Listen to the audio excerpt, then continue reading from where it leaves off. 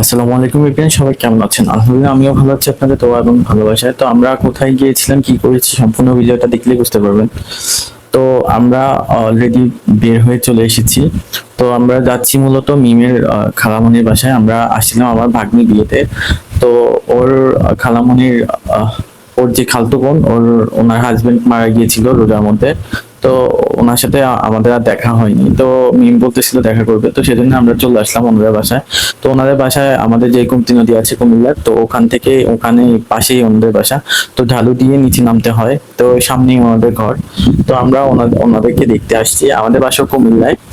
তো এইখানে মূলত আমাদের বিয়ে হয়েছে, ওর খালার বাসা থেকে আমাদের বিয়ে হয়েছে।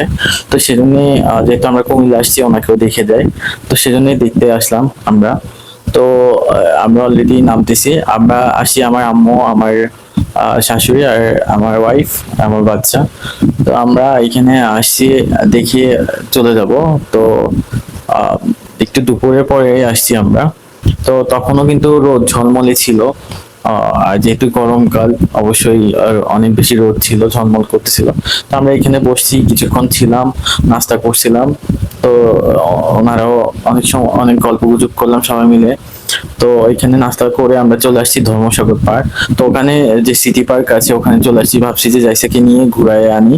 তো এখানে জাইসাকে নিয়ে কয়টা রাইড চললাম, কারণ ছোট মানুষ, ওকে একা রাইডে দেওয়া যাবে না, সেজন্য আমরা দুজনে বসেই রাইড উপভোগ করতেছিল।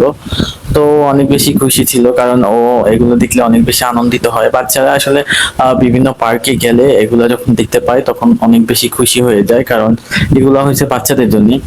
তো ওখান থেকে নেমে আমরা চলে আসি কিছু ইয়ে ভাস্কর্যের এদিকে, বিভিন্ন পশু পাখির ভাস্কর্য ছিল। তো ওকে দেখাচ্ছিলাম ভাস্কর্যগুলো, যেমন এখানে ও ছিল, বাঘ ছিল, তারপরে হরিণ ছিল। তো ওগুলা দেখে অনেক বেশি খুশি হয়ে গেছিল। তাই যখন এটার উপরে বসে দিয়েছি, ও একটু ভয় ভয় লাগছিল, কারণ যেহেতু উঁচা। তো অনেক বেশি খুশি হচ্ছিল।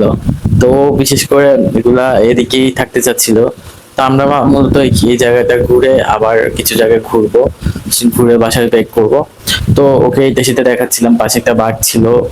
তো এখানে অনেকগুলো ইয়ে ছিল। আমরা যখন আগে আসতাম তখন দেখছিলাম যে এগুলো বেরি দেওয়া, মানে এটার ভিতরে এন্টার করা যেত না। ছোট একটা মানে বেরি দেওয়া ছিল।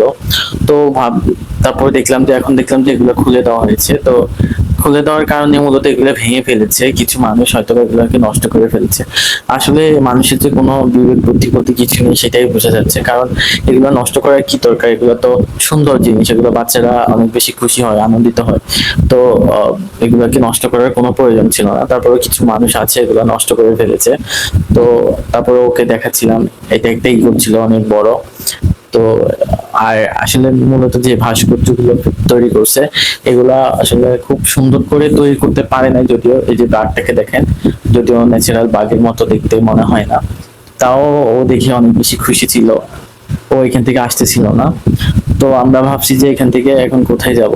তো এখান থেকে আমরা যাব হচ্ছে একটু ধর্মসাগরের যে পার্কটা, ওখানে যাব। তো ওখানে এখানে একটু ঘুরাচ্ছিলাম। তো এই যে মৎস্যকন্যাটাকে দেখতেছেন, এখান থেকে পানি পড়তো, কিন্তু এটাও বন্ধ হয়ে গেছে।